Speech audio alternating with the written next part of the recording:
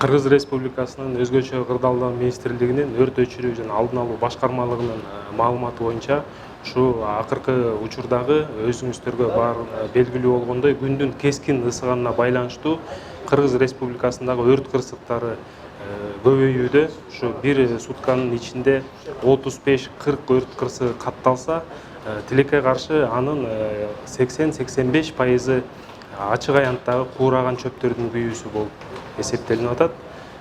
Ошого байланыштуу биз дагы ушу биздин жарандардан суранып кетет элек, өрт коопсуздук эрежелерин так сактоого чакырабыз. Эс алуучу жайларда, ачык аянттарда оттун жакканынан кичине алыс болуу, балдарга шеренгени карматпоо жана ушу таштандаларды туура эмес жерге таштоодон дагы баш тартууга чакырабыз.